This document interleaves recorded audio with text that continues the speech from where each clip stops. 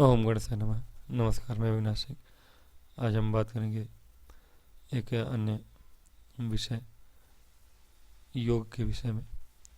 अगर यदि आपके कुंडली में यह योग बन रहा हो तो आप समझिए कि आप बहुत ही धनी हैं, किस्मत के भाग्यशाली हैं आप। और इस योग का नाम है मालिका योग। मालिका योग या माला योग भी कहते हैं आप। माला योग एक तरफ से राहु और केतु को छोड़कर, राहु केतु को छोड़कर यदि आपके 7 ग्रह जो बच जाते हैं, लग्न से शुरू करके आपके सप्तम भाव तक एक एक ग्रह सभी भाव में बैठे हों, तो इसे आप मालिका योग या माला योग के नाम से जानते हैं। सूर्य, चंद्रमा, मंगल, मान लीजिए कि बुध, गुरु, शनि और शुक्र, यह मान लीजिए एक तरफ से आपके एक एक घर, कोई भी आगे पीछे हो सकते हैं, लेकिन एक एक ग्रह आपके एक एक भाव में बैठे तो मालिका योग का निर्माण होता है। ऐसे योग में जन्मा जाता है कि इसमें राहु केतु को सम्मिलित नहीं करना है। राहु केतु के अतिरिक्त जो ग्रह हैं आपके एक्चुअल ग्रह, राहु केतु छाया ग्रह होते हैं, एक्चुअल ग्रह जो है ये ही है, जिसमें एक उपग्रह है आपके चंद्रमा, बाकी सारे ग्रह हैं। तो इन्हें भी, चंद्रमा को भी पृथ्वी के रूप में लेते हैं तो ग्रह ही मानते हैं, क्योंकि हमारी कुंडली जो बनती है वो पृथ्वी के सापेक्ष में बनती है, तो चंद्रमा भी हमारे सापेक्ष में ग्रह कहलाते हैं।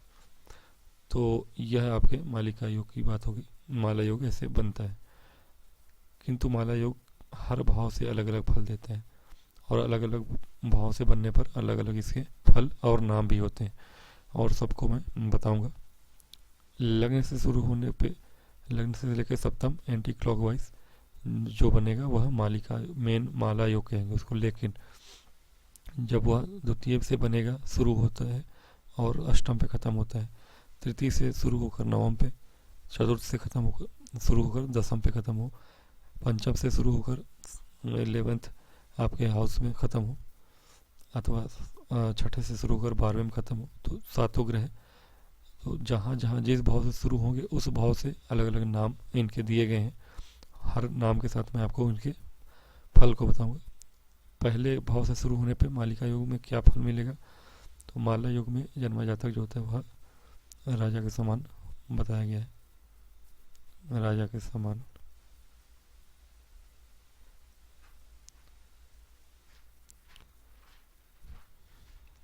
बताया गया है। ऐसे जातक के पास बहुत सारे गाड़ी घोड़े होते हैं, मतलब कि वाहन युक्त होता है, ट्रांसपोर्ट बिजनेस में हो सकता है ऐसा जातक, अथवा कहीं का राजा ही मंत्री हो सकता है, तो राजा के समान बताया ही गया है। और अब मैं बताऊं आपको कि यदि यह योग द्वितीय भाव से शुरू हो, द्वितीय भाव से लेकर और अष्टम भाव तक एक एक ग्रह सभी भाव में बैठे हों, सातों ग्रह राहु केतु को छोड़ के, तो यह आपका धनमाला योग कहलाता है। धनमाला योग, ठीक है। तो धनमाला योग में जन्मा जातक जो है आपका, वह धनी होता है, धनी होता है। धनमाला योग है तो धनी होता है।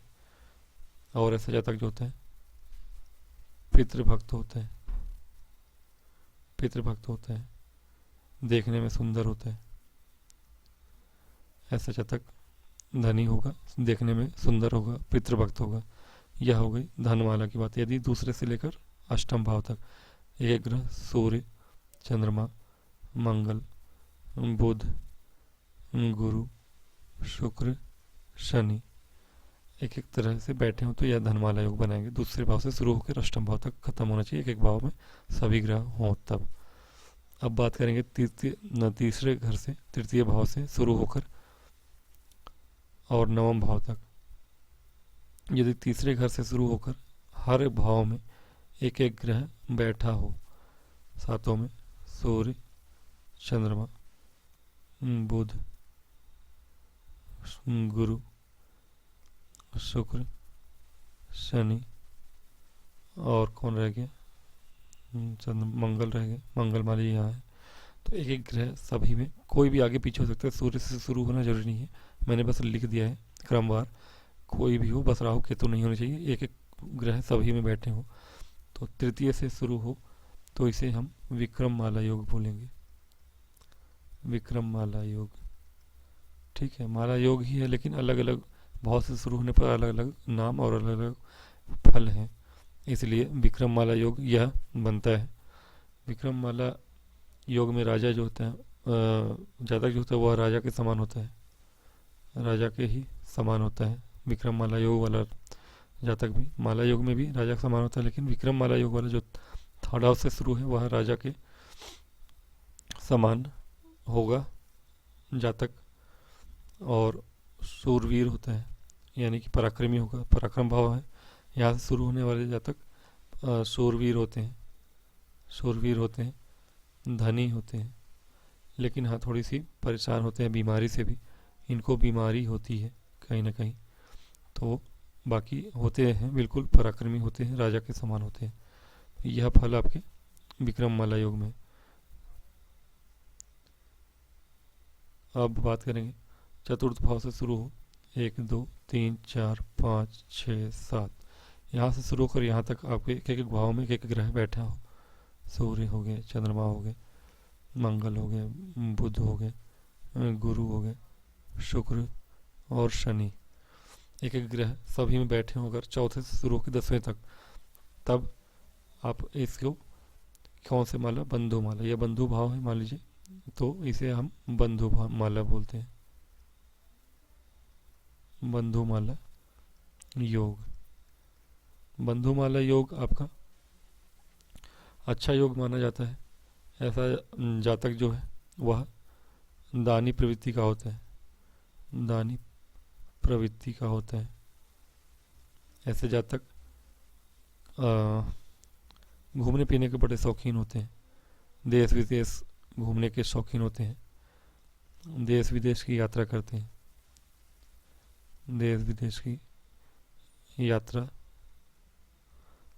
और घूमने के शौकीन होते हैं। मतलब कि आप एक्सपोर्ट इंपोर्ट के बिजनेस में आप कह सकते हैं कि आपके एक्सपोर्ट इंपोर्ट के बिजनेस है, या फिर विदेश में ही आपका बिजनेस है, ऐसा भी कह सकते हैं। ऐसा जातक जो होता है वह सुखी होता है, सुख भाव है, यह सुख भाव से शुरू होता है, तो ऐसा जातक जो होता है वह सुखी होता है। और अब बात करेंगे पंचम से शुरू होने वाले आपके योग की। पंचम से शुरू है कोई ग्रह आपका 1 2 3 4 5 6 7, यहाँ से शुरू हो मान लीजिए सूर्य, चंद्रमा, मंगल, बुध, गुरु, शुक्र और शनि। मान लीजिए एक क्रम से नहीं, कोई भी आगे पीछे क्रम हो सकता है, लेकिन यदि पंचम से लेके 11th तक आपके राहु केतु को छोड़ के ये सातों ग्रह बैठे हैं एक तरफ से, तो इसे आप मंत्री माला योग बोलेंगे, मंत्री माला योग, क्योंकि यह पंचम घर से बन रहा है, तो पंचम को मंत्री का हाउस भी कहते हैं। और कहीं ना कहीं यह योग जो है मंत्रीमाला योग जो है आपका कहीं ना कहीं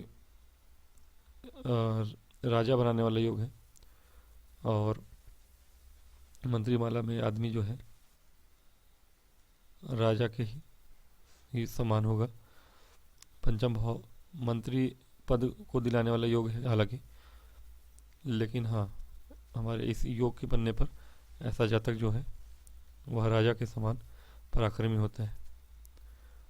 मंत्रीमाला योग में राजा के समान होता है जातक।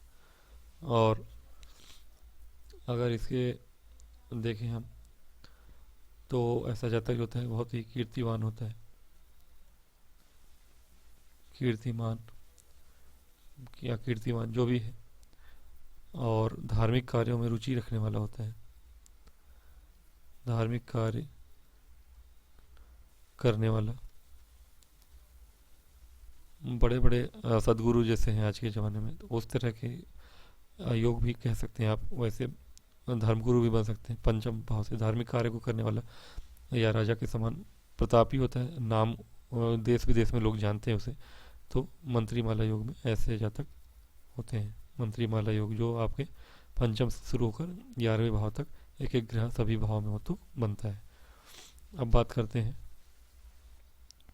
छठे तक का। मैं बता देता हूँ आज इस वीडियो में। अगले 7 से लेकर 12 तक अगले पार्ट में मैं बताता दूंगा। तो छठे से आपका जो शुरू होता है तो इसे हालांकि ज़्यादा अच्छा माना तो नहीं गया है, लेकिन हाँ छठे भाव से शुरू हो ग्रह 1 2 3 4 5 6 7। इन सातों में एक एक ग्रह हो, सूर्य, चंद्रमा, मंगल, बुध, गुरु, शुक्र और शनि। तो इसे आप इंद्रमाला योग कह सकते हैं, कहते हैं, मतलब नाम है इसका इंद्रमाला योग।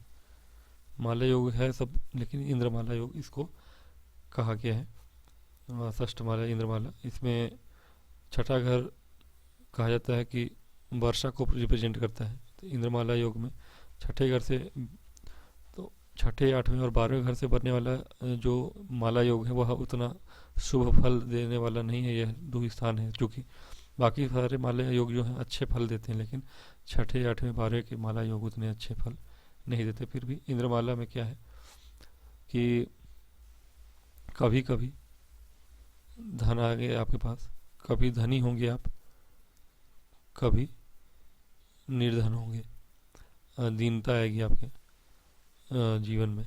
ऐसे योग की वजह से कहीं ना कहीं ये प्रॉब्लम रहती है जीवन में कि आप कभी तो पैसा आएगा आपके पास, खूब अमीरी होगी, और कभी आपके पास पैसे नहीं होंगे, कभी दीनता होगी। तो ऐसे योग भी बनते हैं। तो आज के वीडियो में मैं इतना ही बताऊंगा आपको इंद्रमाला योग के विषय, मालिका योग के विषय में। और अगले पार्ट में बाकी के मालिका योग की चर्चा मैं रखूंगा आगे, 7वें से लेके 12वें तक की। तो आशा करता हूँ आपको पसंद आए, आप पूरा वीडियो देखें और लाइक और सब्सक्राइब करें। नमस्कार।